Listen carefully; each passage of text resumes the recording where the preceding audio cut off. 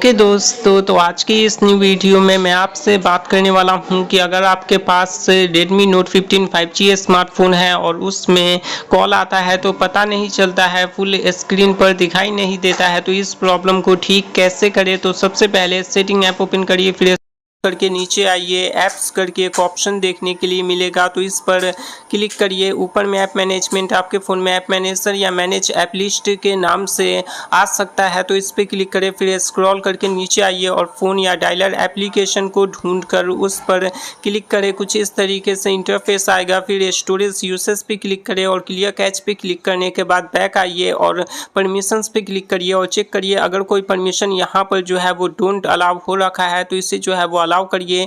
ठीक है, सारे परमिशंस को यहाँ पे अलाउ करके रखने हैं। फिर बैक आएँ और मैनेज नोटिफिकेशंस पे क्लिक करें। अलाउ नोटिफिकेशंस अगर बंद है तो इसे जो है वो चालू करिए। चेक बॉक्स को फिल करिए। रिंग एंड वाइब्रेट के ऑप्शंस यहाँ पे बंद है तो इसे भी चालू करिए। ये सारे सेटिंग्स अप्लाई करने के बाद फ़ोन को स्विच ऑफ करके ऑन करिए। जब फ़ोन ऑन हो जाएगा उसके बाद दोस्तों कॉल जब भी आएगी तो वो स्क्रीन पर शो करने लगेगा और आपको पता चल जाएगा।